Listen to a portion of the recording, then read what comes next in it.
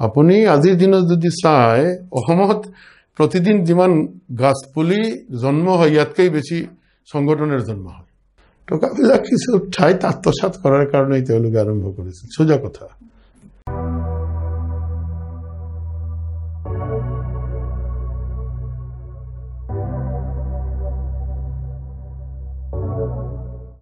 Hello viewers.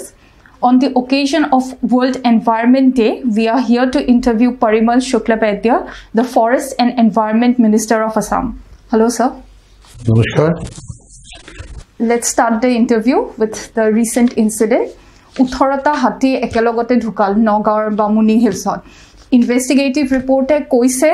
যে they died of lightning বজ্ৰপাত পৰি পেলাই কিন্তু কিছুমান এনজিও বা এনিমেল লাভাৰ্ছে এটো মানি লবলে তেওঁলোক ৰেডি নহয় তেওঁলোকে কয় যে এটো সাগে পয়জনিং হৈছে আপুনি কি ক'ব সং যিসকলে এই কথাটো কৈছে তেওঁলোকৰ অনুভৱ বা তেওঁলোকৰ এটা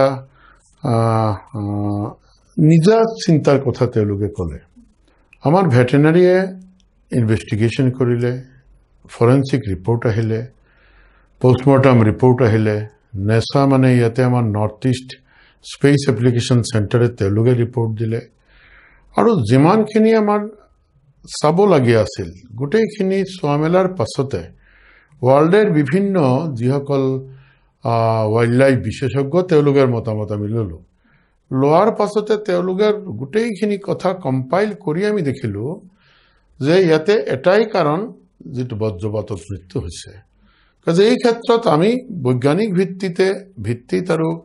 যথাযথভাৱে এনকোয়াৰি কৰিয়ে আমি কথাটো কৈছো তেওঁলোকে কেনেকুৱা কৈছে আমি নাজানো কাজে তেওঁলোকৰ কথা তেওঁলোক যদি বৈজ্ঞানিক ভিত্তিত বা ধৰক বিশেষ কিবা তেওঁলোকৰ হাতত তথ্য প্ৰমাণ ইত্যাদি থাকে তেনেহলে তেওঁলোকে ৰাইজৰ ওচৰতে লৈ যাওক কথাটো হাতীৰ পপুলেশন আজি কেবছৰ মানত বাঢ়িছে অসমত কিন্তু হাতী মানুহৰ সংঘাতটো বাঢ়িছে এটু লৈ চৰকাৰে কিবা এটা লাৰ্জাৰ প্ল্যান কৰিছে নেকি এটু কেনেকে এড্ৰেছ কৰিব ইস্যুটো আমি যোৱা 2 বছৰ আগতে আমি ইয়াতে প্ৰতিটা যত হাতী মানুহৰ সংঘাত হয় ইয়াতে আমি কিছুমান আমাৰ যিসকল ষ্টাফ আছে তেওঁলোকক দি আমি এটা টিম বনাইছো টিম বনাই আমি প্ৰতিটা ডিস্ট্ৰিক্টত আমি যত এইবিলাক হেৰি আছে এনেকুৱা প্ৰবলেম হয় আমি পঠাইছো আৰু তেওঁলোকে কাম কৰি আছে হাতী মানুহৰ সংঘাত বা যিকোনো বন্যজন্তুৰ লগতে মানুহৰ সংঘাত আদি অনন্ত কালৰ পৰা চলি আছে কিন্তু ইদানিং কালত অলপ বৃদ্ধি হৈছে বহুত কেই বছৰৰ ফালৰ পৰা তাৰ মূল কাৰণটো হল হাতীৰ এটা ঘৰ থাকে নহয় হি আমাৰ নিচিনা ঘৰ নাবান্ধে কিন্তু তেওঁৰ হ্যাবিটেট ঠাই থাকে এটা যে এই অঞ্চলত তেওঁ থাকে এই অঞ্চলটো আমি ধ্বংস কৰিলো আৰু ধ্বংস একেলগতে হোৱা নাই এতে যোৱা 5 বছৰে আপোনালোকে জানে যে আমি বনাঞ্চল প্ৰায় 2222 স্কয়াৰ কিলোমিটাৰ আমি বনাঞ্চল বৃদ্ধি কৰিবলৈ সক্ষম হৈছো এই গোটেই অসমত আৰু লগতে আমি হাতীৰ যেটো পছন্দেৰ খোৱা বা তেওঁলোকৰ যেটো থাকাৰ যে এনেকুৱা নহয় যে আমি কিবা ঘৰ বান্ধি দিছো কিন্তু আমি বৃক্ষৰোপণৰ জৰিয়তে আমি চেষ্টা চলাই আছো তেওঁলোকৰ হ্যাবিটেশনটো যাতে আকৌ গ্ৰো আপ কৰাব পাৰো এই ক্ষেত্ৰত এই কামখিনি কৰিবলৈ গৈ আমাৰ সময় লাগিব Sir, 2019 French Development Agency আৰু অসম চৰকাৰৰ 50 million euros চুক্তি হৈছিল Sir, for forest conservation, biodiversity preservation. Sir, ekhini kiman agbahise ba etur status ki? French projecter first phase er je toka khini poa goisil. Ei tokar kam hor pasote azir dinot second projecter kam choli ase.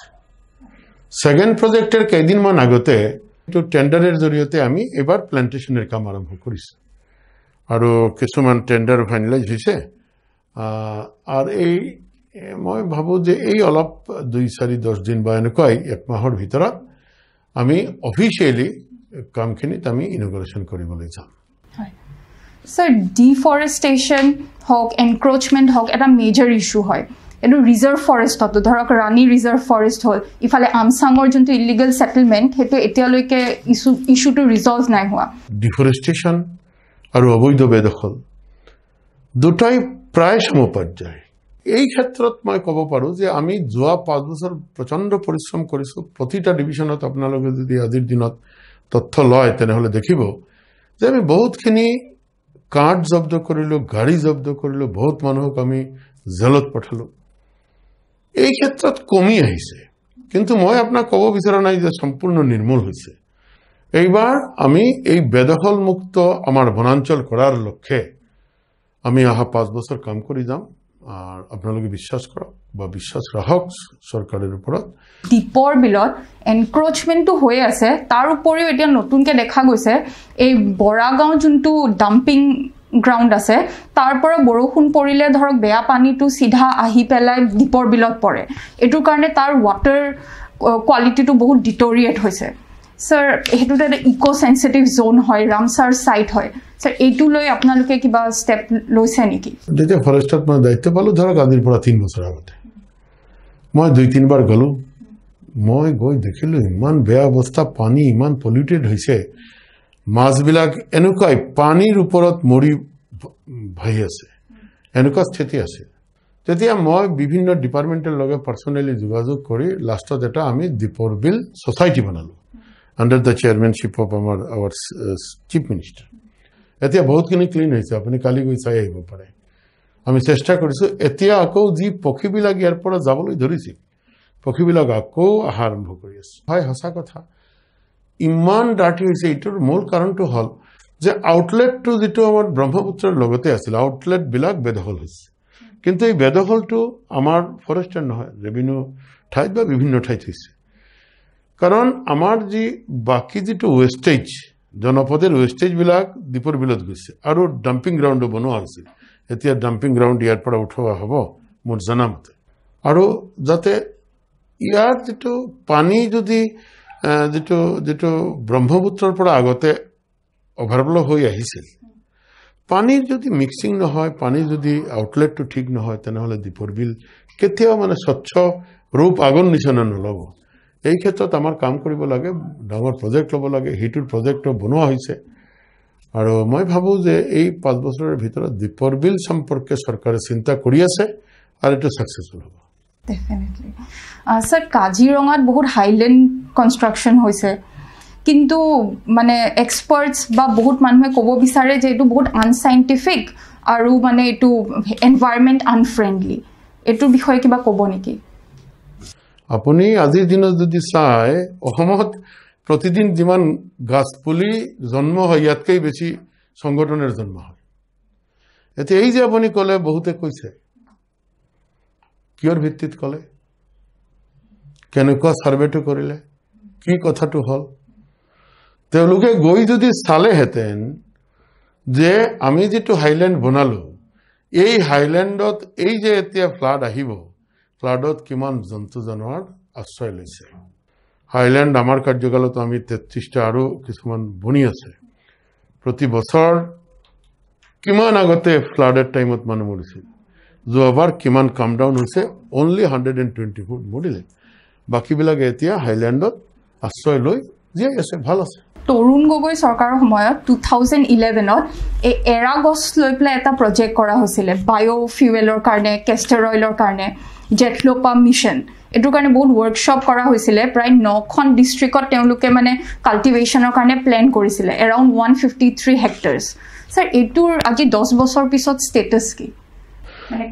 তেতিয়া যে হৈছিল corporate তেওঁলোক টকা আনিলে তেওঁলোকে জানে বা টকা দিলে টকাবিলাক কিছু ঠাইত আত্মসাৎ কৰাৰ কাৰণে তেওঁলোকে আৰম্ভ কৰিছিল সোজা কথা জেট্ৰফাৰ ফালৰ পৰা অসমত কিমান অইল আহিছে হেতু আজি যদি স্ট্যাটিস্টিক্যালি চাই তাহলে দেখিব 0 কিন্তু ইমান মানে হেৰি হৈছে জেট্ৰফাৰ কাৰণে প্ৰচাৰ হল কিন্তু একতো হবলৈ দেখা নাই প্ৰথম কথা টকা ললে কোনো ঠাইত গৈ ফৰেষ্টৰ মাটি দখল কৰিলে কোনো ঠাইত ৰেভিনিউৰ মাটি দখল কৰি এতিয়া মাটিবিলাক কোনো ঠাইত দখলত আছে আৰু তেওঁলোকে কৈছে জেট্ৰফা কিন্তু আমি তো আমাৰ জানামতে যোৱা 5 বছৰত 1 লিটাৰ তেল কোনো মানুহে মানে প্ৰডাকশন কৰিলে থ্ৰু জেট্ৰফা আমি দেখা নাই ঠিক তেনেকুৱা কিছু প্ৰজেক্ট তেওঁলোকৰ কাৰ্যকালত আছিল বেম্বু মিছন ইত্যাদি কত আপুনি বেম্বু মিছনৰ জৰিয়তে কত বাকটো মানে প্ৰডাকশন হৈছে Sir, apnar etu second term as a forest and environment minister. Sir, ebar priorities ki? Forest amar bahut khini koribo lagi ase. Ar moi chesta kori jam ei 5 bochor jote amar অন্তত আমার যে পরিধির ভিতৰত যে ক্ষমতাটো আছে এই ক্ষমতাৰ জৰিয়তে আমি যাতে আমাৰ বায়ুমণ্ডলত আমি এটা অক্সিজেনৰ মাত্ৰা আমি বৃদ্ধি কৰিব পাৰো আৰু লগে লগে আমি পৰিৱেশটো যাতে ভাল কৰিব পাৰো জৈৱ বৈচিত্ৰ্য ৰক্ষা কৰিব পাৰো তাৰ কাৰণে আমি কাম কৰিছো Sir, last World Environment Day আপুনি as a forest and environment minister কি মেসেজ দিব অসমক আমার যদি জিয়াই থাকিব লাগে তেনেহলে আমার জৈব বৈচিত্র্য লাগিব আমার পরিবেশ লাগিব পরম শ্রদ্ধার রাইজের উদ্দেশ্যে আমি এই প্রার্থনা করিম যাহক আমার যে জীবনত যি সময়টো আছে এই সময়ের ভিতৰত অলপ সময় উলিয়াই যদি আমি বৃক্ষৰোপণেৰ কামত নিজে আত্মনিয়োগ কৰো তেনেহলে আমাৰ লৰা ছোৱালী আমাৰ যি ভৱিষ্যত প্ৰজন্ম আছে তেওঁলোকৰ জিয়াই থকাত সুবিধা হ'ব আমাৰ যদি ভালকৈ জিয়াই থাকিবলৈ হলে আমার যেটো আমার পরিমণ্ডল যেটো আছে আমার জৈব বৈচিত্র্য আছে এই জৈব বৈচিত্র্য যাতে আমার প্রতিটা প্রাণী আর এই বৈচিত্ৰ্যৰ লগতে জড়িত থাকা প্ৰতিটা ক্ষেত্ৰত আমি যাতে অলপ নিজা